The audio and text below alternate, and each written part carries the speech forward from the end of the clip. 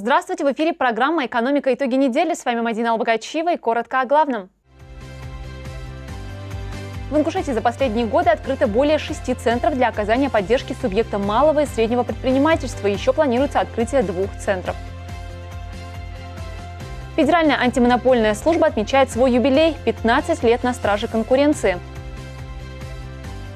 Узнаем, какие существуют виды кредитования.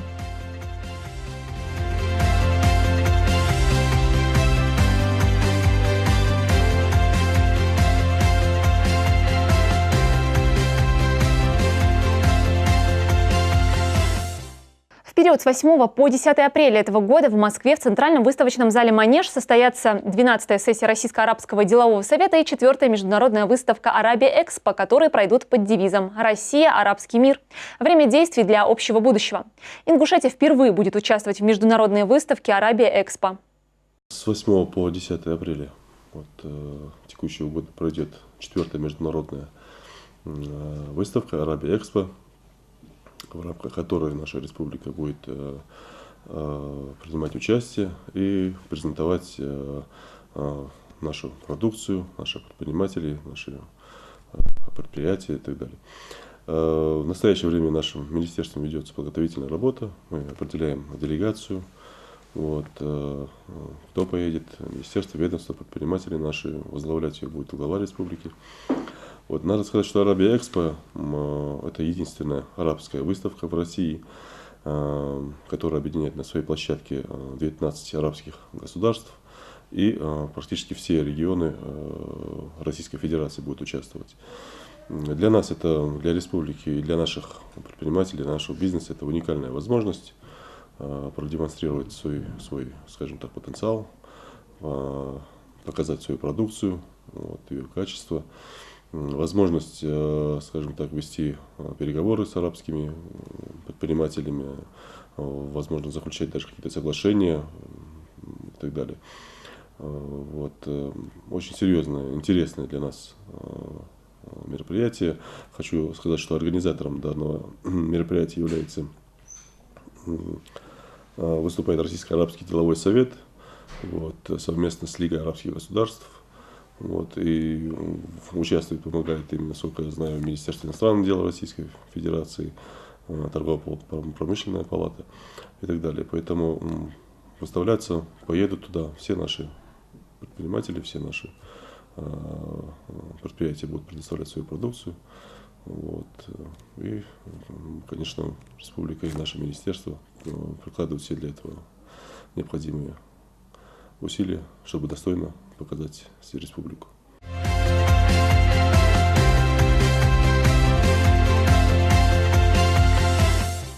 Реализовать предпринимательские проекты, выйти на международные рынки, получить финансовую, а также информационно-консультационную поддержку малому и среднему бизнесу Ингушетии станет проще благодаря вновь открытым центрам. С 2018 по 2019 год Минэкономразвития Республики открыло ряд центров для оказания поддержки субъектам малого и среднего предпринимательства. До конца этого года планируется открытие центра экспорта. На период 2018 и 2019 года Минэкономразвития Ингушетии открыт ряд центров для оказания поддержки субъектам малого и среднего предпринимательства. Центры создавались в рамках подпрограммы развития малого и среднего предпринимательства Госпрограммы Ингушетии «Экономическое развитие и инновационная экономика» за счет средств федерального и республиканского бюджетов. Деятельность центров заключается в оказании субъектам малого и среднего предпринимательства мер консультационной и образовательной поддержки. В той работе, которую мы проводим в Министерстве экономического развития по поддержке и развитию малого и среднего предпринимательства.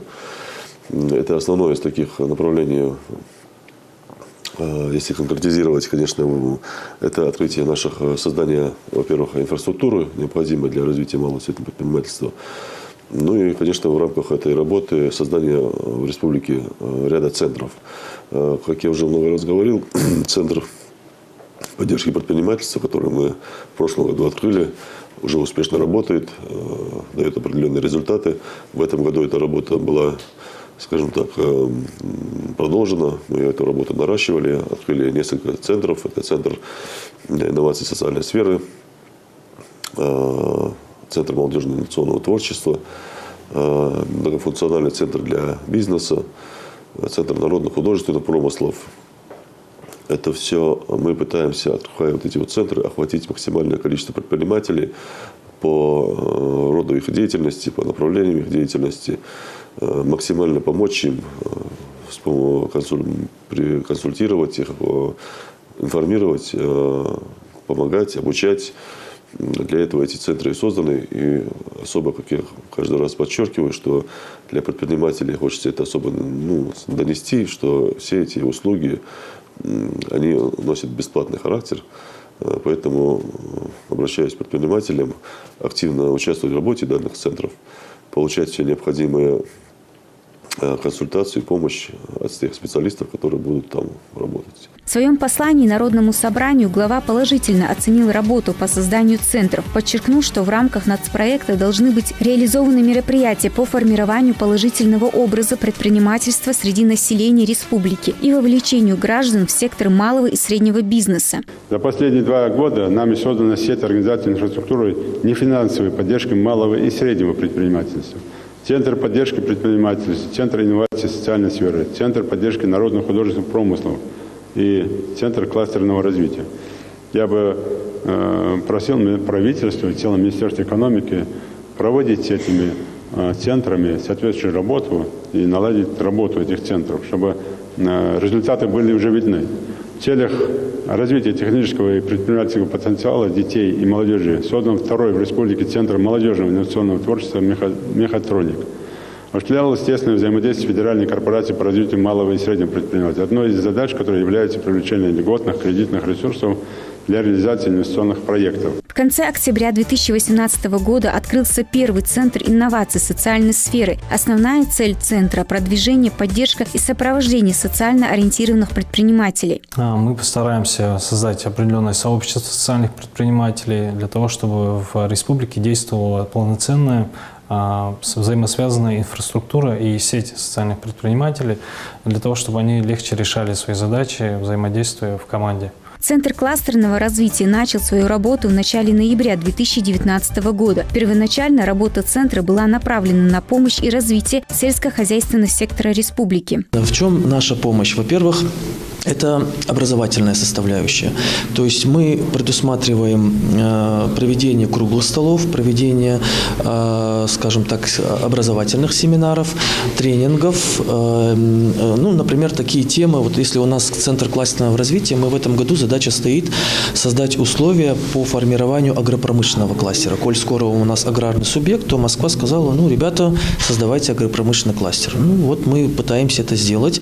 20 декабря 2018 года на базе бизнес-инкубатора состоялось открытие еще одного центра молодежного инновационного творчества «Мехатроник». В центре школьники и студенты могут реализовать свои самые смелые инновационные замыслы и проекты. Для этого есть оборудование, есть специалисты, которые могут помочь и проконсультировать. Курсы созданы для всех возрастных групп учащихся и студентов по направлениям робототехника, микропроцессорная техника, программирование. Главная задача, которую ставили руководители проекта при создании ЦМИТа – выявление творческой и талантливой молодежи и создание условий для ее развития и самореализации, создание условий для инновационного предпринимательского потенциала детей и молодежи. У нас направление – это, во-первых, обучение.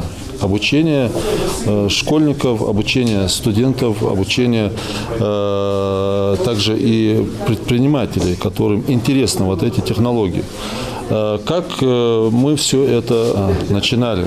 Начиналось у нас с такого маленького проекта. Мы с такими ребятами, которые заинтересованы были в этом проекте, хотели реализовать определенный проект. Наверное, слышали про зонд.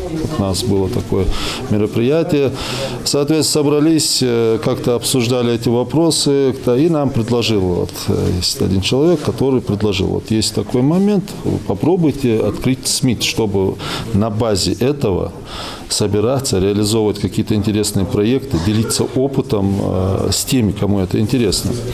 И, соответственно, мы, как говорится, попробовали, и благодаря конечно, в первую очередь и Министерство экономического развития, у нас получилось реализовать этот проект. Что мы планируем? Основное наше направление все-таки это, конечно, обучение, да, но обучение не просто основам робототехники, а основам именно микропроцессорной техники, основам 3D-прототипирования, основы электроники непосредственно. То есть мы здесь хотим реализовывать более или менее серьезные проекты, которые в дальнейшем, надеюсь, послужат чему-то полезному и республике, и России в том числе. Первый в республике Центр народных художественных промыслов открылся в 2019 году в городе Карабулаке. Главная его цель – сохранение народных промыслов и обучение им всех желающих. В центре будут обучать ремеслам всех желающих. Это и мастер-классы, курсы. Они, в свою очередь, смогут зарабатывать своим мастерством деньги. Изначально в центре будут работать мастера по двум направлениям – гончарное дело и швейное мастерство. Но впоследствии планируется расширить и увеличить как количество направлений, так и виды обучения. Помимо вновь открытых центров в республике еще существует Центр поддержки предпринимательства, открытый в 2017 году, а также Фонд поддержки предпринимательства, оказывающий кредитную поддержку процентной ставкой 6%. Сегодняшний день у нас это два направления, это микрофинансирование и гарантийное направление. Микрофинансирование включает в себя микрозайм до 1 миллиона 6% годовых, ну и до 3 лет. От 50 до 1 миллиона и до 3 лет. То есть в основном мы по направлениям, то есть как бы ограничений нет. Сельское хозяйство, промышленность, производство, торговля, как бы поддерживаем все, но уже не с нуля, а начатый бизнес, скажем так. То есть чтобы были какие-то уже определенные направления у человека, у предпринимателя, и было что показать. Поддерживаем действующий бизнес. Соответственно, это увеличение рабочих мест, налоги, поступления в бюджет. Поэтому мы отслеживаем в обязательном порядке целевое использование средств, которые мы выдаем, и, соответственно, проверяем, что сделано, какие успехи достигнуты, сколько человек взято на работу и какие налоги уплачиваются. То есть не просто кредитование, а на определенных условиях. Если для банка как-то более-менее важен возврат, то в нашем случае не только возврат, но и выполнение вот этих условий. В начале января 2019 года состоялось открытие офиса МФЦ для бизнеса, который функционирует на базе Центра поддержки предпринимательства Республики Ингушетия. Создание центра реализовано в рамках масштабного проекта по государственной поддержке малого и среднего предпринимательства. В 5 окнах бизнес-офиса МФЦ субъекты малого и среднего предпринимательства смогут получить более 270 государственных и муниципальных услуг, смогут узнать о бизнес-навигаторе МСП, а также получить государственные услуги в сфере поддержки бизнеса и услуги кредитных организаций. Перечень их будет расширяться. Это федеральная программа, это Минэкономразвития сегодня организовывает мероприятия по открытию МФЦ для бизнеса во всех регионах. Мы выиграли федеральную субсидию именно на открытие бизнеса МФЦ.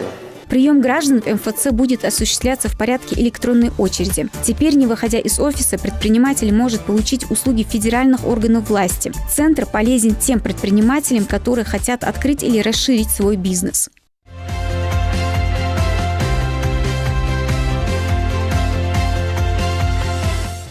В Ингушетии на следующей неделе стартует стратегическая сессия Федеральной корпорации по развитию малого и среднего предпринимательства. Корпорация МСП. В работе сессии примут участие представители органов государственной и муниципальной власти, ведущие бизнес-сообщества, а также субъекты малого и среднего предпринимательства региона. Программа мероприятия включает проведение тематических круглых столов, посвященных вопросам имущественной поддержки бизнеса, участие в закупках в соответствии с федеральным законом, развитие сельскохозяйственной кооперации и прочее. Ведущие эксперты корпорации МСП расскажут расскажут о последних новостях в сфере поддержки предпринимателей, поделятся опытом работы на российском рынке и дадут экспертные комментарии по темам, интересующим участников. Кроме того, в рамках мероприятия состоится презентация возможностей бизнес-навигатора МСП, бесплатного ресурса, разработанного для оказания маркетинговой и информационной поддержки субъектам малого и среднего предпринимательства. 11 апреля 2019 года Федеральная корпорация по развитию малого и среднего предпринимательства в Республике Ингушетия будет проводить стратегическую сессию. На данном мероприятии будет присутствовать глава Республики Ингушетия Нузбек Бамутгеевич Живкуров, а также генеральный директор корпорации МСП Браверман Александр. На данной стратегической серии в рамках этого мероприятия будут организованы следующие круглые столы на разные темы, а именно это презентация инвестпроектов, это лизинговая поддержка, это презентация возможностей портала «Бизнес-навигатор», это сельхозкооперация. На данное мероприятие приглашены органы исполнительной власти Республики Ингушетия, органы местного самоуправления, а также представители инфраструктуры поддержки малого и среднего предпринимательства.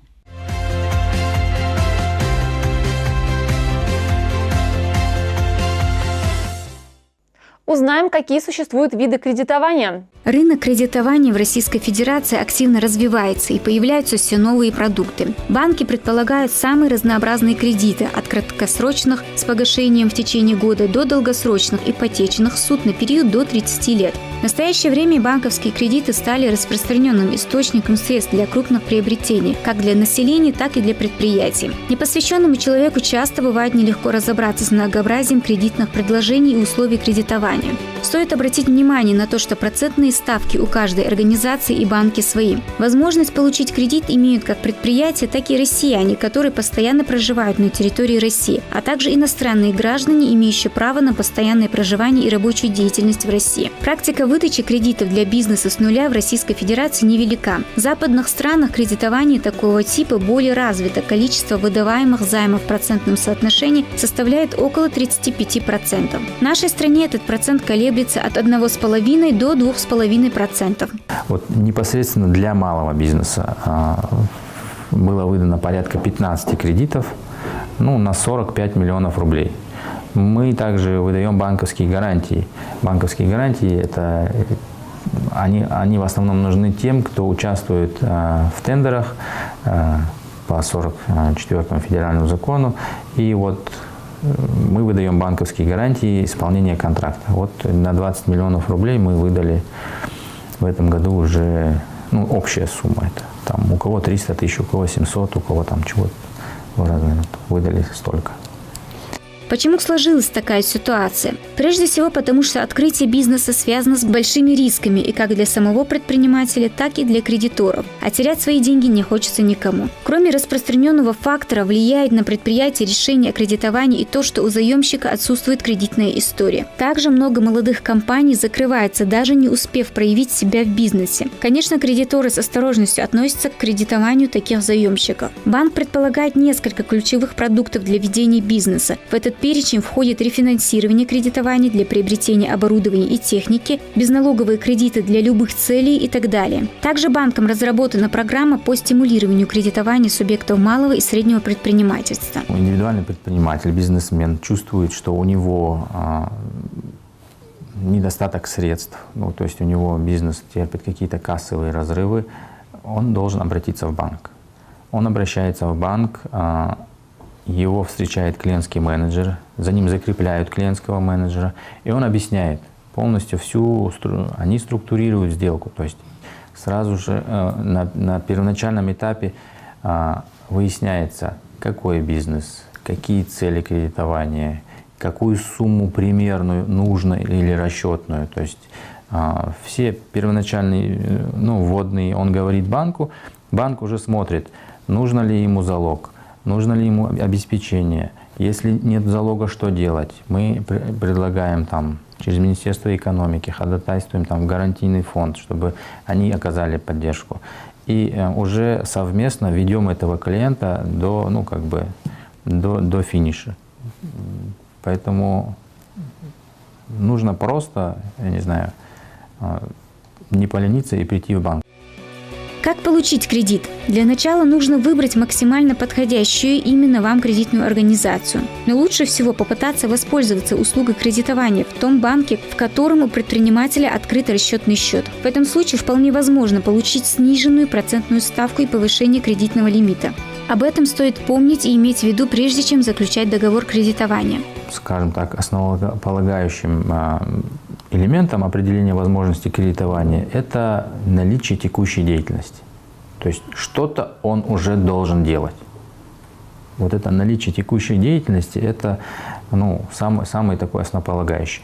Дальше уже второстепенным является там залог, и так далее. То есть у нас гарантийный фонд есть, если, допустим, предприниматель занимается чем-то, у него есть определенный доход уже сложился, определенные обороты, он хочет прокредитоваться, но у него нет залога.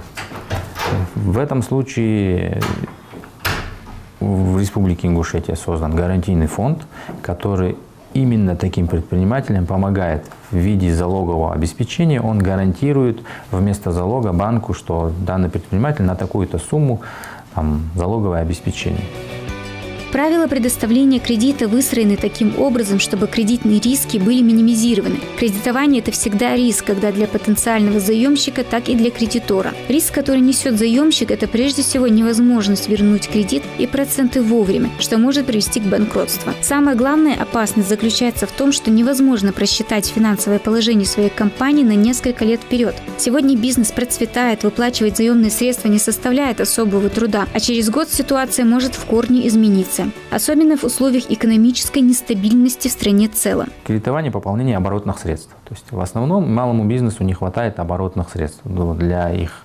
То есть у них есть что-то, у них есть какой-то бизнес, и им нужны дополнительные деньги на определенные нужды. Вот и определенный кредитование на пополнение оборотных средств. Потом, если, допустим, есть необходимость приобретения автотранспорта, мы можем прокредитовать, и мы можем предложить и лизинг. Очень активно сейчас у нас приобретают автотранспорт. Есть индивидуальный предприниматель, который использует свой транспорт в целях такси. Вот они приходят в лизинг, берут, автомобили, автокредитование. Кому-то нужно, построить что-то или достроить, пристроить. Это кредитование, объектов недвижимости, разные цели. В большинстве банковских организаций разработаны специальные правила по кредитованию малого и среднего бизнеса. В этих правилах фиксируется, как правильно оценивать платежеспособность заемщика, как разобрать его психологический портрет, как снизить риски и так далее. В Сбербанке плавающая процентная ставка, она зависит от рисковой составляющей, она зависит от вида кредитования, она зависит от наличия или отсутствия залога. То есть каждому индивидуальному предпринимателю у нас подход индивидуальный. То есть, по сути, если так простыми словами говорить, то это чем больше риск, тем больше ставка. Чем меньше риск, тем меньше ставка. Я могу еще сказать, что для индивидуальных предпринимателей это именно Сбербанк придумал продукт именно для индивидуальных предпринимателей Чечни и Ингушетии. Кредит доверия без залога до 1 миллиона рублей. То есть там минимальный перечень документов. Знают, что в основном бизнес Ингушетии – это малые предприятия, и поэтому придумали такой продукт до 1 миллиона рублей без залога под минимальный перечень документов. Вот такой продукт. Уже 2 кредита мы по такой схеме выдали. Ряд специалистов считает, что брать кредит можно только по расширению своего дела, но не открытию его. То есть, если вы видите, что бизнесу есть куда расти и развиваться, тогда брать кредит можно. А в других случаях стоит дважды подумать, прежде чем обращаться в банк за кредитом. Кредитование малого и среднего бизнеса – финансовый инструмент, который может вполне вдохнуть в жизнь новый проект. Но нужно понимать, что в качестве кредита мы получаем чужие деньги, а отдавать придется свои кровные, еще и с процентами. Поэтому прежде чем принять решение об оформлении кредита, нужно тщательно взвесить все «за» и «против». И лучше обратиться к специалистам, которые могут просчитать все риски и посоветуют, как их избежать. Федеральная антимонопольная служба отметила свой юбилей. Трудно переоценить значимость антимонопольной службы как важнейшего составляющего общественной, политической и социальной жизни нашего государства. За 15 лет сделано немало, и, несомненно, богатый опыт предыдущих лет поможет достичь ФАС России новые высоты и быть достойными защитниками конкуренции. Коротко о работе УФАС Ингушетии расскажет Тамара Арчакова.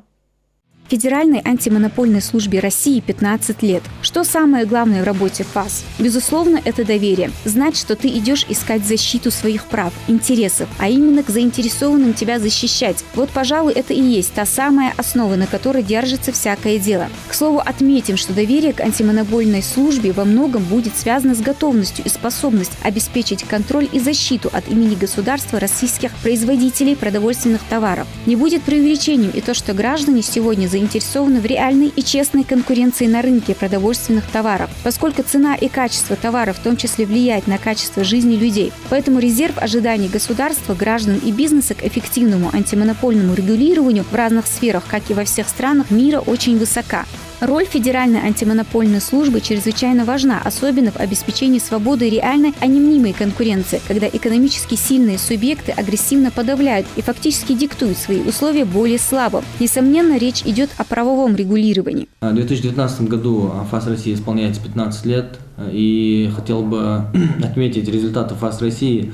Мы уже несколько лет входим в двадцатку лучших антимонопольных органов из более чем 140 стран. Также российское антимонопольное законодательство признано в соответствии с лучшим практикам, мировым практикам. Хотел бы отметить работу Ингушского ФАС России. В прошлом году нами возбуждено 65 дел о нарушении антимонопольного законодательства. И по сравнению с предыдущим годом у нас показатель намного увеличился, что также говорит о повышении уровня и доверия населения, так как к нам стали чаще обращаться. И я думаю, что население и юрлица верят в наше справедливое решение, и, соответственно, обращений стало больше. В 2017 году у ФАС Республики Ингушетия было возбуждено около 27 дел, а в 2018 году уже 65. Это о многом говорит, прежде всего, о повышении уровня доверия и, что немаловажно, о желании людей добиваться и защищать свои права и интересы. Соглашение о взаимодействии Федеральной антимонопольной службы и правительством Республики Ингушетия заключено 4 декабря 2018 года и подписано заместителем руководителя ФАС России и главой Республики Ингушетия. Отличительной чертой данного соглашения является мероприятия, которые заложены в приложении данного соглашения. Это обучающие семинары и сотрудников, госслужащих органов исполнительной власти Республики Ингушетия. Данные мероприятия включают круглые столы, семинары и другие мероприятия, обучающие мероприятия, которые обучают наших госслужащих азам антимонопольного законодательства. Первый этап, могу сказать, что у нас уже мы прошли 5 марта 2018 года мы провели публичное обсуждение с участием органов власти и органов местного управления. На данном мероприятии была озвучена практика применения федерального закона о защите конкуренции Ингушского ФАС России, федерального закона о контрактной системе. И мы думаем, что данное мероприятие было полезно для наших госслужащих, так как антимонопольная служба довела до органов власти, какие нарушения нельзя допускать, в каких случаях происходит нарушение. И мы думаем, что данный семинар будет полезен и сократит нарушения антимонопольного законодательства нашей республики. Федеральная антимонопольная служба проводит ежегодный рейтинг территориальных антимонопольных органов, который отражает результаты по всем сферам деятельности, в том числе и происхождение решений территориальных органов в судах общей юрисдикции и в арбитражных судах. В Ингушском УФАС работает более 10 человек. И с уверенностью можем сказать, что это люди, которые знают, чем они занимаются. Пользуясь случаем, хотел бы поздравить сотрудников ФАС России с 15-летием и пожелать всем успехов в работе нашей нелегкой службе.